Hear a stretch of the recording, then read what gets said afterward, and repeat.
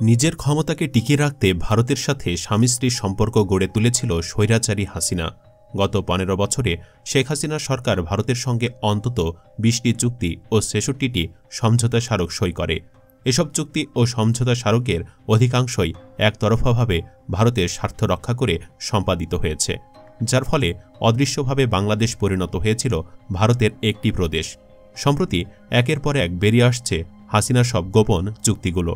মোদির সাথে করা হাসিনার দেশবিরোধী গোপন চুক্তিগুলো নিয়েই আলোচনা করব আমাদের আজকের ভিডিওতে। চলুন একে একে জেনে নেওয়া যাক চুক্তিগুলো কি কি। নাম্বার ১, সীমান্তে অবৈধ কাঁটাতারের বেড়া নির্মাণে গোপন চুক্তি। বাংলাদেশ ও ভারতের মধ্যে ৪,১৫৬ কিলোমিটার সীমান্ত এলাকার মধ্যে ৩,২৭১ কিলোমিটার এলাকাতেই ভারত অবৈধভাবে বাংলাদেশের জায়গা দখল করে কাঁটাতারের বেড়া তৈরির কাজ শেষ করেছে। ভারত অন্তত গোপনে হাসিনার সহায়তায় ২০১০ সালে শুরু করে ২০২৪ সালে শেখ হাসিনার পতনের আগ মুহূর্ত পর্যন্ত এ বেড়া নির্মাণের কাজ করে। বাংলাদেশ ভারত যুগ্ম সীমান্ত নির্দেশনাবলী ১৯৭৫ অনুযায়ী উভয় দেশের শূন্যরেখার ১৫০ গজের মধ্যে প্রতিরক্ষা সংবলিত যে কোনো কাজ সম্পন্নের বিষয়ে সুস্পষ্ট নিষেধাজ্ঞা রয়েছে। কিন্তু ভারত বাংলাদেশের অবৈধ চুক্তি করে কাঁটাতারের বেড়া নির্মাণ করেছে। এখন বাকি ৮৮৫ কিলোমিটার এলাকায় কাঁটাতারের বেড়া নির্মাণে ভারত চেষ্টা চালিয়ে যাচ্ছে, কিন্তু তাতে বারবার বিজেপি বাধা দেওয়ায় তৈরি হচ্ছে যুদ্ধের পরিস্থিতি। নাম্বার ২, মাসে ৭০০ কোটি টাকার ক্ষতি করে বিদ্যুৎ আমদানি। দেশে বর্তমানে বিদ্যুতের চাহিদা সর্বোচ্চ ১৭,৮০০ মেগাওয়াট। দেশের বিদ্যুৎ উৎপাদন সক্ষমতা ২৬,৮৪৪ মেগাওয়াট। চাহিদা তুলনায় উৎপাদন ক্ষমতা বেশি হওয়ার পরও আদানি কোম্পানির কাছ থেকে উচ্চ মূল্যে বিদ্যুৎ আমদানি চুক্তি করে শেখ হাসিনা সরকার। ভারতের প্রধানমন্ত্রী নরেন্দ্র মোদীর ঘনিষ্ঠ বন্ধু হিসাবে পরিচিত গৌতম আদানি বিশ্বের অন্যতম শীর্ষ ধনী ব্যক্তিদের একজন। তিনি আদানি পাওয়ারের মালিক। ২০১৫ সালে ভারতের প্রধানমন্ত্রী নরেন্দ্র মোদীর প্রথম ঢাকা সফরের সময় ভারত থেকে বিদ্যুৎ আমদানি বিষয়ে প্রথম চুক্তি হয়।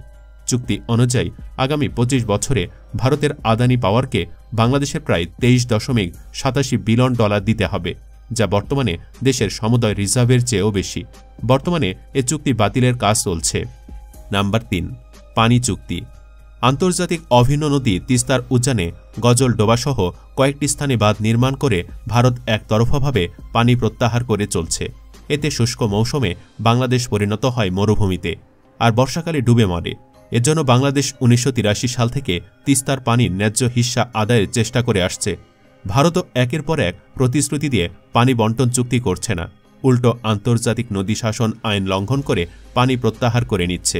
২০১৯ সালের অক্টোবরে ক্ষমতাচ্যুত প্রধানমন্ত্রী শেখ হাসিনার ভারত সফরের সময় তিস্তার পানি বন্টন চুক্তি হবে এমন অঙ্গীকার করে উভয় দেশ। সফরে দুই শীর্ষ নেতার বৈঠকের আলোচ্য সূচিতে তিস্তা চুক্তির খসড়া তো দূরের কথা, আন্তর্জাতিক এ নদীর পানির প্রবাহের কথাটি ওঠেনি। উল্টো বাংলাদেশে নিজস্ব নদী ফেনীর পানি চেয়ে বসে ভারত। বৈঠকে শেখ হাসিনা নরেন্দ্র মোদীর আবদার ফেলতে পারেননি। দ্বিপক্ষীয় চুক্তি অনুযায়ী বাংলাদেশ ভারতকে ১.৮২ কিউসেক পানি দেওয়ার প্রতিশ্রুতি দেয়, মানে হাসিনা পারলে ভারতকে নিজের শাড়িটাও খুলে দিতে চাইত। নাম্বার ৪, বাংলাদেশ ছিল ভারতের উন্মুক্ত বাজার। ২০২৩ সালের জুলাই থেকে ২০২৪ সালের জুলাই পর্যন্ত ভারতের সঙ্গে বাংলাদেশের বাণিজ্য ঘাটতি ছিল ৭,১৬০ মিলিয়ন ডলার। এমন বাণিজ্য ঘাটতি বিশ্বে বিরল ঘটনা বলে মনে করেন অর্থনীতিবিদরা। তাদের মতে বাংলাদেশ ভারতের একটি উন্মুক্ত বাজারে পরিণত হয়েছিল গত ১৫ বছরে। দেশের চাহিদা অনুযায়ী অনেক পণ্যই আমদানি করতে হয়, কিন্তু বিকল্প বাজার না খুঁজে সবকিছুই ভারত থেকে কিংবা ভারতের মাধ্যমে আমদানি করা শেখ হাসিনার একটি প্রবণতা হয়ে দাঁড়িয়েছিল বলেও জানান অর্থনীতিবিদরা। তবে ইউনূস সরকার এখন ভারতের বিকল্প দেশ খুঁজে সেসব দেশ থেকে পণ্য আমদানি করছে বলে মাথা খারাপ হয়ে গেছে ভারতের। নাম্বার ৫, অবৈধভাবে করিডর এবং ট্রানজিট সুবিধা। ভৌগোলিক অবস্থানের কারণে সেভেন সিস্টার্সে পণ্য ও মালামাল আনা নেওয়ার ক্ষেত্রে বেশ বেগ পেতে হয় ভারতকে। মাঝখানে বাংলাদেশ থাকায় দেশের অন্য অংশের সঙ্গে রাজ্যগুলোর পণ্য পরিবহন বেশ ব্যয়বহুল ও সময় সাপেক্ষ। সে কারণেই বাংলাদেশের কাছে পণ্য ট্রানজিট সুবিধা চেয়ে আসছিল ভারত। এরপর হাসিনা ভারতকে রেল ট্রানজিট দিতে সম্মতি দেন। রেল ট্রানজিট চুক্তির পর শেখ হাসিনা কিংবা আওয়ামী লীগের পক্ষ থেকে অত্যন্ত গোপনীয়তা রক্ষা করা হলেও পরে তা ফাঁস হয়ে যায়। এটিকে বিভিন্ন রাজনৈতিক দল ও সামাজিক সংগঠন গোলামির চুক্তি হিসেবে চিহ্নিত করে তীব্র সমালোচনা করে। নাম্বার ৬, এর আগে বাংলাদেশের থেকে ট্রানজিট সুবিধা নিয়ে দেশের বিভিন্ন নদীবন্দর ব্যবহার শুরু করে ভারত। সে সময় মন্ত্রী ও আমলাদের মুখে মুখে ছিল ভারতকে ট্রানজিট দিলে সিঙ্গাপুর, ব্যাংকক, দুবাইয়ের মতো হয়ে উঠবে বাংলাদেশের অর্থনীতি ও অবকাঠামো।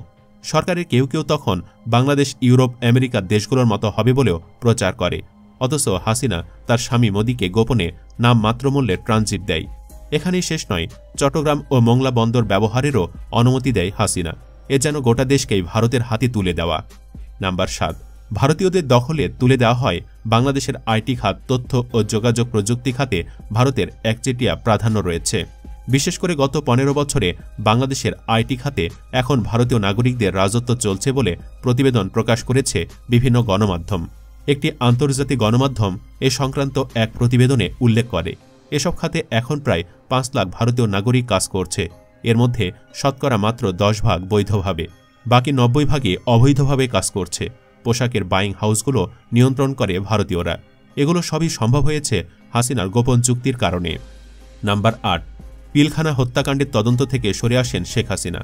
2009 সালের 25 ফেব্রুয়ারি মাত্র 36 ঘণ্টায় বিটিআরের তৎকালীন মহাপরিচালক সহ দেশের মেধাবী 57 সেনা কর্মকর্তা সহ মোট 74 জনকে হত্যা করা হয়।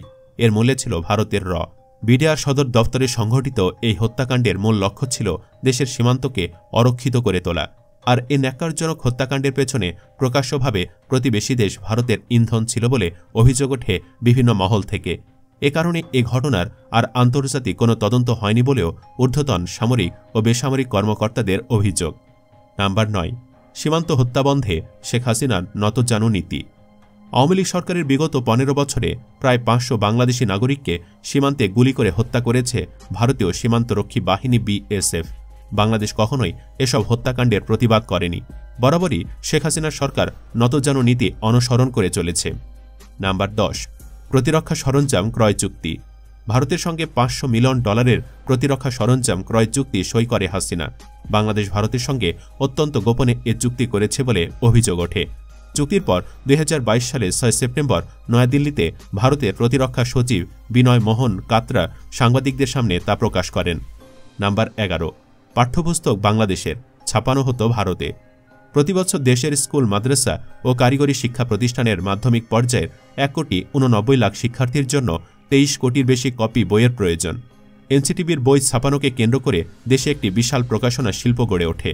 এই শিল্পের সঙ্গে দেশের কয়েক লাখ মানুষ যুক্ত হয়।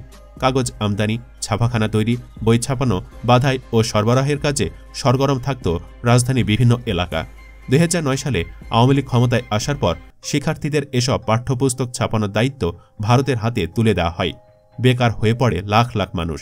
ব্যাপক সমালোচনার পর ভারতীয় প্রতিষ্ঠানকে দেওয়া বই ছাপানোর কার্যাদেশ বাতিল করে ইউনূস সরকার নতুন করে দরপত্র আহ্বানের সিদ্ধান্তের কথা জানায়।